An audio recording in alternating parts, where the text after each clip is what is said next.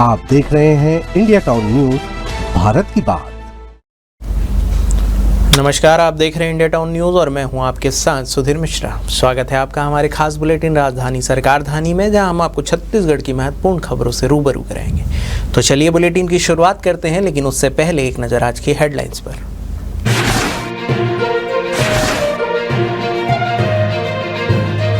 सुकमा में 426 बच्चों के भोजन में फिनाइल मामले में हाईकोर्ट हुआ सख्त। मुख्य सचिव से व्यक्तिगत शपथ पत्र में मांगा जवाब।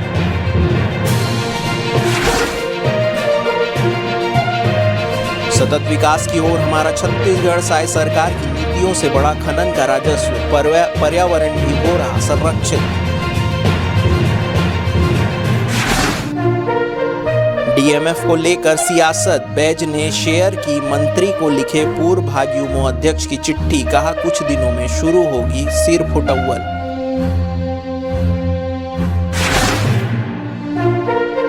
छत्तीसगढ़ में बाघों की संख्या दुगनी होकर 35 पहुंची, मंत्री केदार कश्यप ने दी प्रतिक्रिया, कहा बेहतर वन प्रबंधन और सतत निगरानी का परिणाम।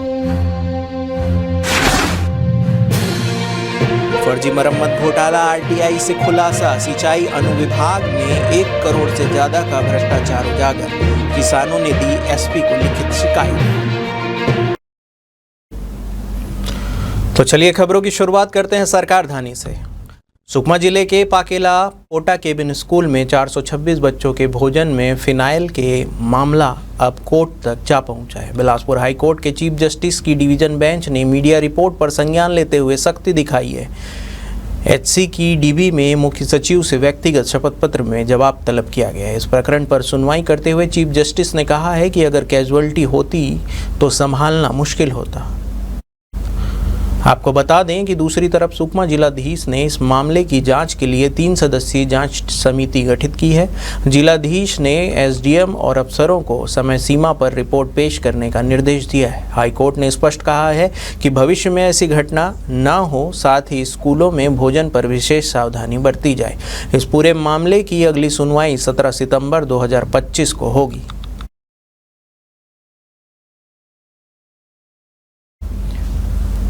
धान का कटोरा कहे जाने वाला यह राज्य केवल कृषि, खनिज और प्राकृतिक संसाधनों में नहीं, बल्कि अपनी सांस्कृतिक विरासत, लोक कला, आदिवासी जीवन शैली और ऐतिहासिक स्थलों के लिए भी प्रसिद्ध है। पूर्व प्रधानमंत्री अटल बिहारी वाजपेयी ने अपने कार्यकाल के दौरान 1 नवंबर 2000 को छत्तीसगढ़ राज्य बनाकर यहाँ के जनमानस को एक नई सौगात दी। छत्तीसगढ़ ने 25 वर्षों की यात्रा में कई महत्वपूर्ण उपलब्धियां हासिल की है। हालांकि अभी भी कई क्षेत्रों में काम बाकी है, लेकिन छत्तीसगढ़ में साय सरकार आने के बाद राजनीतिक इच्छा शक्ति, जनता की भागीदारी और योजनाओं के सफल क्रियान्वयन से छत्तीसगढ़ एक समृद्ध, सशक्त और विकसित राज्य बनने की दिशा में आगे बढ़ रहा है। मुख्यमंत्री विष्णुदेव साय के सुशासन में समाज का हर एक वर्ग सरकार की जन कल्याणकारी नीतियों का लाभ पा रहा है।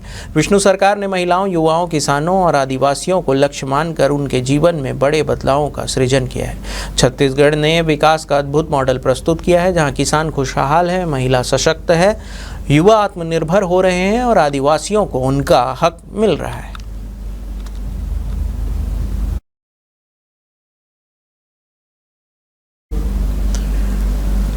रायगढ़ के डीएमएफ को लेकर एक बार फिर सियासत गर्मा गई है। पीसीसी चीफ दीपक बैज ने पूर्व भाजयुमो अध्यक्ष की चिट्ठी सोशल मीडिया पर जारी भाजपा पर तंज कसा है। उन्होंने कहा कि सुपर सीएम कार्यकर्ताओं की नहीं सुन रहे हैं। रवि भगत को प्रभारी को चिट्ठी लिखनी पड़ी थी। सरकार में कुछ ठीक नहीं चल रहा है। कुछ दिनों में सड़क पर सिर फुटौल शुरू होगी।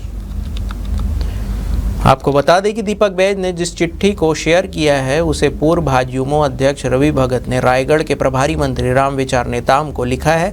चिट्ठी में डीएमएफ के दुरुपयोग की बात लिखी गई है। साथ ही खनन प्रभावित इलाकों में फंड का उपयोग करने का निवेदन किया गया है। बता दें कि भाजयुमो अध्यक्ष रवि भगत ने डीएमएफ फंड का उपयोग सिर्फ रायगढ़ में उपयोग करने पर आपत्ति जताई थी। उन्होंने इस मामले को लेकर लगातार सोशल मीडिया पर पोस्ट भी किया था। इसे लेकर भाजपा ने रवि भगत को नोटिस जारी किया था।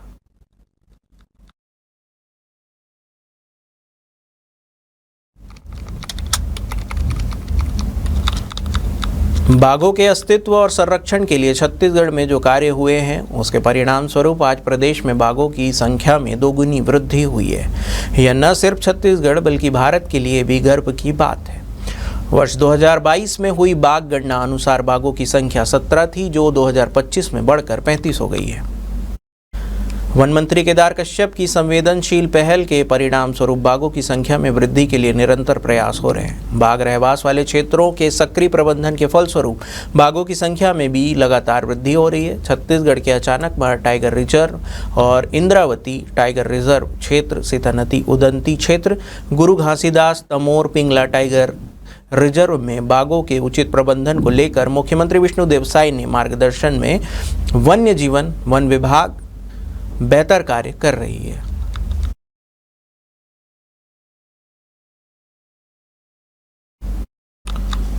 अगली खबर गरियाबंद से है, जहां पर फिंगेश्वर सिंचाई अनुविभाग में नहरों के फर्जी मरम्मत के नाम पर बड़े घोटाले का खुलासा हुआ है। किसान यादराम साहू द्वारा आरटीआई के तहत दस्तावेज प्राप्त करने के बाद यह मामला सामने आया। किसानों का आरोप है कि विभागीय मिलीभगत से नहरों की मरम्मत के नाम पर 1 करोड़ रुपए से अधिक की राशि का फर्जी भुगतान कर दिया गया है, जबकि जमीनी स्तर पर कोई भी काम नहीं हुआ है। किसानों का कहना है कि फिंगेश्वर अनुविभाग में इस तरह की कम से कम 27 सिंचाई योजनाओं में मरम्मत के नाम पर कागजों में करोड़ रुपए का बंदरबाट किया गया है। जब किसानों को टेल एरिया में इस खरीफ सीजन में पानी नहीं मिला और उन्होंने सिंचाई विभाग का घेराव किया, तब जाकर आरटीआई से दस्तावेज निकलवाए गए। जानकारी मिलते ही डिवीज़न के अधिकारियों ने फिंगेश्वर एसडीओ के दफ्तर में मरम्मत कार्यों से संबंधित फाइलें गायब करवा दी है। किसानों का दावा है कि गड़बड़ी के वक्त फिंगेश्वर का चार्ज एक दूसरे एसडीओ को सौंपा गया था। हालांकि वर्तमान एसडीओ अब भी मामले की निष्पक्ष जांच कराने के लिए अड़े हुए हैं। किसानों ने सत्यापित दस्तावेजों के साथ गरियाबंद पुलिस अधीक्षक को लिखित शिकायत सौंप दी है और पूरे मामले की निष्पक्ष जांच की मांग की है। फिलहाल विभागीय अधिकारी चुप्पी साधे हुए हैं, लेकिन किसानों की चेतावनी है कि अगर जल्द कार्रवाई नहीं हुई तो वे बड़े आंदोलन की राह पकड़ेंगे। जब दस्तावेज के माध्यम से जब चयन क्रमांक में जो पहुंचे थे सर, कि जो बता रहे 1380 से 1570 के बीच में ये लगभग 4.25 लाख के कार्य कराए करके, तो वहाँ जब जाकर देखे तो कहीं भी कार्य नहीं हुआ है। केवल कागजी कार्रवाई करके पैसा का आहरण कर घपला किया। कितने नहर हैं, कितना फीट लंबा चौड़ा फटना बताए थे? लगभग बताए हैं वो कहीं 4 मीटर, कहीं 4.5 मीटर, 1600। हाँ कहीं 5 मीटर, तो ऐसे कहीं 4 जगह, कहीं 5 जगह माइनर में, तो केनाल में इस बोरियां दिखी आपको नजर आई? तो बोरियां कहीं भी कितना लगाया गया? लगभग 4600 बोरी यहाँ वाउचर के माध्यम से जानकारी हो रहा है, लेकिन 4600 बोरी में कहीं भी पता नहीं चला कि कहीं भी वो बोरी डालकर टूट फूट को पैकिंग किया गया है। क्या लगता है आपको, क्या हुआ है? ये टोटल मुझे लगता है सर कि ये कागजी कार्रवाई के केवल एक भ्रष्टाचार करके इन लोग किसान को बेवकूफ़ बना पाए। किसको भुगतान किया? वो अब इसमें वाउचर तो बता रहे हैं कि ऑनलाइन के माध्यम से शायद वो कोरबा के जो ठेकेदार है उसको भुगतान किया है। तो इतना बड़ा काम था कि ठेकेदार बाहर से आए? अब कब वो कोरबा के ठेकेदार के माध्यम से कराए, क्या नहीं कराए, ना तो हम किसान इसको जानते हैं और ना ही कभी देखे हैं काम करते। मामले की जांच होना चाहिए। अब मैं तो यही चाहेंगे सर, किसान आदमी तो भाई ये बिल्कुल इस प्रकार से जब घपला हुआ है तो इस घपला का बिल्कुल जांच होनी चाहिए और जो दोषी अधिकारी के ऊपर कार्रवाई होनी चाहिए। सर मेरा 16/6/2025 को प्रभार मिलने के बाद है ना, गांव के किसान लोग आए थे, मतलब मरम्मत कार्य, सुधार कार्य कराने के लिए। तो मैंने उसके हिसाब से मैंने स्थल निरीक्षण किया भी और प्राक्कलन भी तैयार करके उच्च कार्यालय भेज दिया गया था, है ना।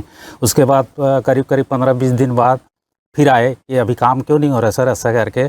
तो मेरे को सूचना का अधिकार के तहत जानकारी मांगे, तो उसमें प्रथम दृष्टया में पाया गया कि उस जगह का कार्य किया जा चुका है ना, और अभी तक कार्य उसमें हुआ नहीं है। तो ये सिंचाई का आरोप लगा रहे हैं कि मरम्मत नहीं किया गया है, क्या सही है? मरम्मत तो हुआ ही नहीं है वहाँ पे, और इसीलिए खरीफ पेट्रोलिंग की आपासी के लिए बड़ी दिक्कतें आ रही है। तो क्या जवाब दे रहे हो किसानों का? वही जवाब दे रहा हूँ भाई, जैसे सफाई होगा तो पानी की रफ्तार तेज बढ़ेगा, उस हिसाब में पानी सिंचाई पालाने में हमको दिक्कत नहीं होगा। तो गड़बड़ी हुई है तो आप जांच करेंगे उसको? तो गड़बड़ी हुई तो आवश्यक जांच करेंगे, उसमें क्या दिक्कत है।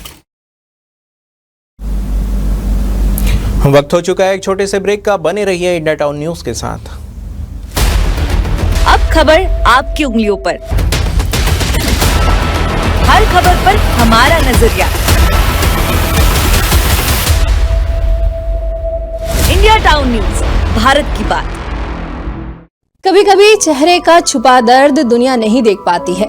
दाग, मुहासे, झाइयां सब आपके आत्मविश्वास को कम कर देता है, पर अब नहीं, क्योंकि Rukhsana glow and fair face pack जो दे आपकी स्किन को वो प्यार जो सिर्फ प्रकृति दे सकती है। हर लेयर को साफ करे, हर दाग को करे हल्का और आपकी मुस्कान फिर से लौटाए। Because you deserve to glow naturally.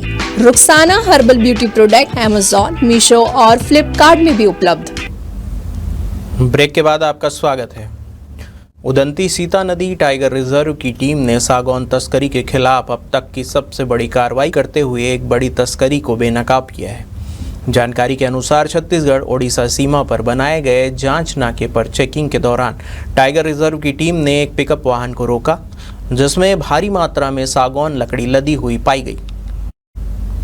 इस कार्रवाई के बाद टीम ने गोपनीय सूचना के आधार पर ओडिशा के सोनपुर गांव में दबिश दी, जहां एक घर से लाखों रुपए मूल्य की सागौन की लकड़ी और फर्नीचर जब्त किए गए। पूरे अभियान में ओडिशा के नबरंगपुर वन विभाग और स्थानीय पुलिस प्रशासन का विशेष सहयोग रहा। सूत्रों के मुताबिक छत्तीसगढ़ और ओडिशा के सीमावर्ती जंगलों में पेड़ों की अवैध कटाई की लगातार शिकायतें मिल रही थी, जिस पर वन विभाग ने सख्त रुख अपनाते हुए कार्रवाई को अंजाम दिया। विभागीय अधिकारियों का कहना है कि यह अभियान अभी भी जारी है और आने वाले समय में और भी बड़े खुलासे हो सकते हैं। जी, हमें जो है इन्फॉर्मेशन मिला था कि यहाँ पे बृहद पैमाने पे जो है सागौन का चिरान जो है हो रहा है, और टाइगर रिजर्व से पहले भी कई बार जो है यहाँ के लोग बाग जो है सस्पेक्ट जो है ले जा चुके हैं सागौन। तो उसी के तारतम्य में जो ये कार्रवाई हमने की है, जिसमें हमें जो है आरसीसीएफ कोरापुट जो जेडी पति साहब और जो नबरंगपुर फॉरेस्ट स्टाफ और हमारे टाइगर रिजर्व के स्टाफ का जो है योगदान है। अब इसमें वही है कि क्या क्या लैप्सेस हैं उसको जो है हम इन्वेस्टिगेट कर रही है टीम, और इसके कारण क्या है वो पता कर रहे हैं। तो उसमें अभी कुछ कहना जो है जल्दबाजी होगा।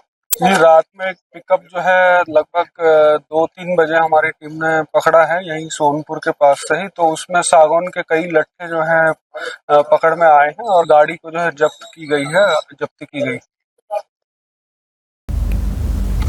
रेलवे स्टेशन में अब आपको अनारक्षित टिकट यानी कि जनरल टिकट लेने के लिए लंबी कतारों में लगने की ज़रूरत नहीं है, क्योंकि रायपुर रेलवे स्टेशन में अब आपको टिकट काउंटर के स्टाफ ही नहीं बल्कि टीटीई भी हाईटेक तरीके से टिकट देते हुए नजर आएंगे। रायपुर रेलवे स्टेशन में डीआरएम ने 5 टीटीई स्टाफ को मोबाइल यूटीएस टिकटिंग के उपकरण दिए हैं। इस उपकरण के माध्यम से टीटीई सीधे यात्रियों को टिकट दे सकेंगे। हालांकि ये टिकट यात्री टिकट काउंटर के पास ही ले सकेंगे, उन्हें ये सुविधा ट्रेन के अंदर या प्लेटफॉर्म में उपलब्ध नहीं होगी।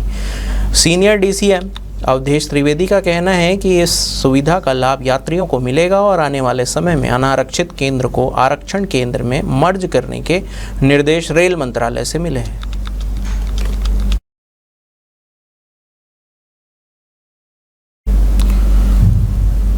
डीआरएम और सीनियर डीसीएम समेत रायपुर रेल मंडल के तमाम अधिकारियों की टीम ने रायपुर रेलवे स्टेशन का निरीक्षण किया। इस दौरान एक यात्री की शिकायत पर सीनियर डीसीएम ने नायक स्टाइल में कार्रवाई करते हुए सीआरएस को तत्काल हटाने के निर्देश दिए हैं। रायपुर रेलवे स्टेशन के निरीक्षण के दौरान कुछ यात्रियों ने उनसे टिकट काउंटर में कैश न लिए जाने की शिकायत की। यात्रियों ने कहा कि आरक्षण केंद्र में कैश और ऑनलाइन पेमेंट के काउंटर अलग अलग कर दिए गए हैं, लेकिन कैश काउंटर में ज़्यादा लंबी लाइन होती है और ऑनलाइन पेमेंट लिए जाने वाला काउंटर खाली होता है। ऐसे में जिनके पास डिजिटल पेमेंट का ऑप्शन नहीं है, उन्हें फिर से कैश काउंटर वाली लंबी लाइन में लगना पड़ रहा है। यात्रियों के परेशानियों को सुनकर उन्होंने तत्काल रिजर्वेशन सुपरवाइज़र को बुलाकर इस संबंध में पूछताछ की, लेकिन सुपरवाइज़र का जवाब सुनते ही वे भड़क गए और तत्काल आरक्षण केंद्र के अधिकारी को हटाने के निर्देश दे दिए।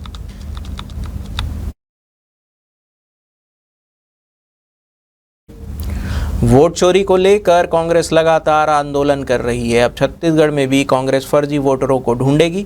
प्रदेश में मतदाता सूची के परीक्षण के लिए कांग्रेस ने आदेश जारी कर दिया है। प्रदेश कांग्रेस कमेटी के सभी जिला अध्यक्षों को पत्र लिखकर हर विधानसभा की मतदाता सूची का परीक्षण कर 4 बिंदुओं में जानकारी पीसीसी में जमा करने को कहा गया है।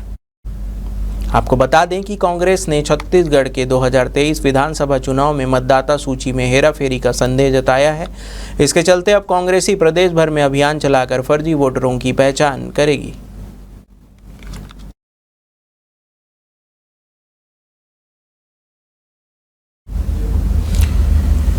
हमारे खास बुलेटिन राजधानी सरकारधानी में फिलहाल इतना ही। तमाम खबरों के लिए बने रहिए इंडिया टाउन न्यूज़ के साथ। नमस्कार।